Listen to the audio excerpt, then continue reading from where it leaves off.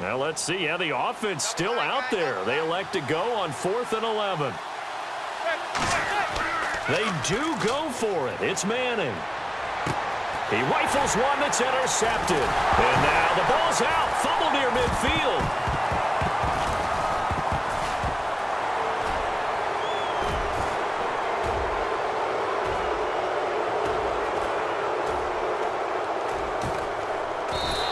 And they're not able to convert on 4th down. And New York set to take the field. And following the interception, we'll see what they can put together on this drive.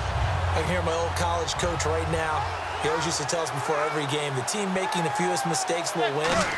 What they're hoping is that that last mistake is their only one of the game. Coaches, that's all they talk about, turnovers, right? Minimizing those and maximizing opportunities. Here's a nugget, Charles, on OBJ. This year he had 101 catches, now 288 for his first 3 years in the league. That ties him with his former LSU teammate Jarvis Landry for most catches for a receiver in their first 3 years in the NFL. And just think about it this way. LSU is known as a running back factory as well. So wide receivers coming into the league and doing the damage they're doing, absolutely incredible. But I do know this. OBJ will tease his former teammate and say, don't forget, we're tied, but I missed a few games my rookie year. If I'd played those games, I'd be way ahead of you.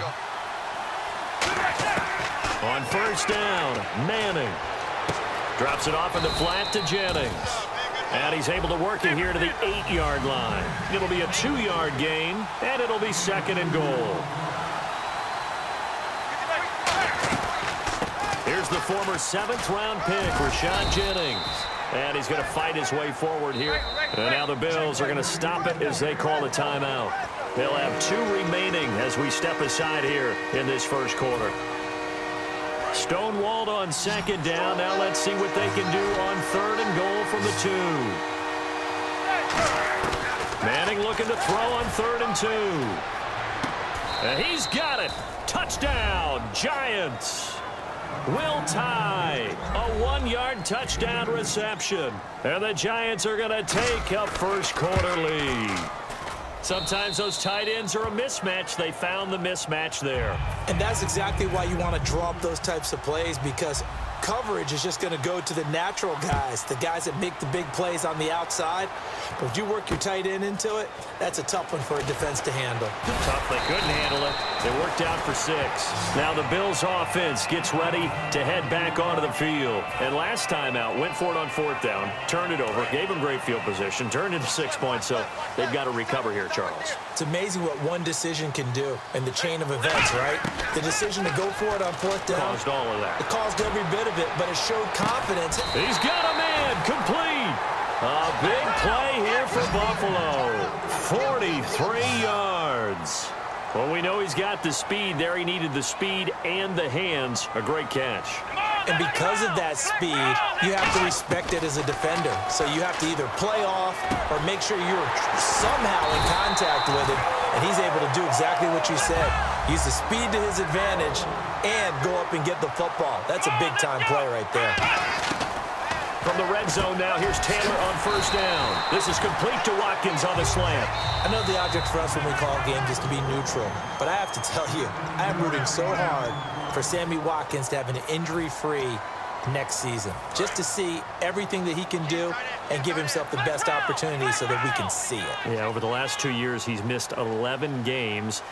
It's tough. The one bright spot for him, though, is Clemson Tigers did win the national championship. Yeah, I think that's going to give him a little bit of comfort, but what he wants more than anything, a healed foot and a chance to be the #1 receiver he was drafted to be. And Buffalo wants that, too. Taylor will throw again, and he fires one that's intercepted. A great read, and it's picked off. And not much on the return there. He'll take it only up to the 9-yard line. And New York set to take the field. And they were able to punch it in the end zone last time. They'll be looking to do that again here for the defense. Obviously, they'll be looking to stop them from punching it back in the end zone. It always is punch-counter-punch, isn't it? And which team has the advantage? Well, let's just go back. Last time on offense, they rolled downfield, got into a good rhythm. You can see a little more bounce in and out of the huddle. You can see the sideline really get into the game. So defensively, you're thinking to yourself, how do we take that away from them? How do we get the advantage back? Let's see what they come up with. I think pressure is always the first way to go. You love pressure. I love it. Let's see if they dial it up this drive. The Pro Bowler Odell Beckham, the intended receiver. And that'll make it third down. I'm laughing to myself because I could just hear in film session, but coach, I was throwing it to Odell Beckham Jr. Of course I thought he was open. They'd love to go deep downfield to him. They're such a threat. Yeah, a rare incompletion because most of the time we expect him to actually come up with the catch. Will tie the intended receiver, and it's fourth down. All right, let's go ahead and try and get into the body and the mind of the linebackers. Yeah, I know they're bigger and stronger than I ever was, but in this situation, they understood what was going on as much as the offensive guys. Because the offense guys are always taught, find the first down sticks and make the play. Well, on defense, what do you want to do? Guard the first down line. Make sure they don't get there and tackle them in front. They were able to drop in their zone coverage, figure out where the first down line was, and end up making the play, swatting it away so they couldn't get the completion. Now Manning. Caught left side. It's Beckham. And they're going to get this one all the way out across the 45. That one goes for 24 yards. Well, that's the kickstarter right there.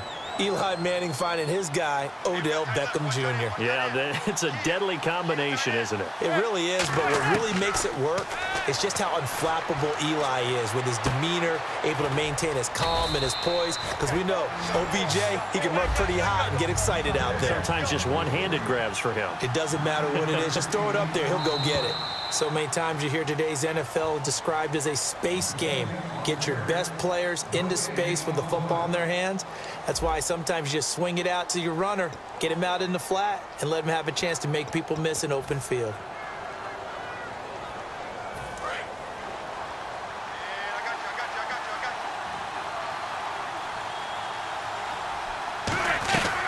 They'll run it now out of the gun. And he'll go down shy of the 40 at the 41. 2 yards on the pickup there, but it's enough to give him a new set of downs. 2nd and 1, and people want to run the football.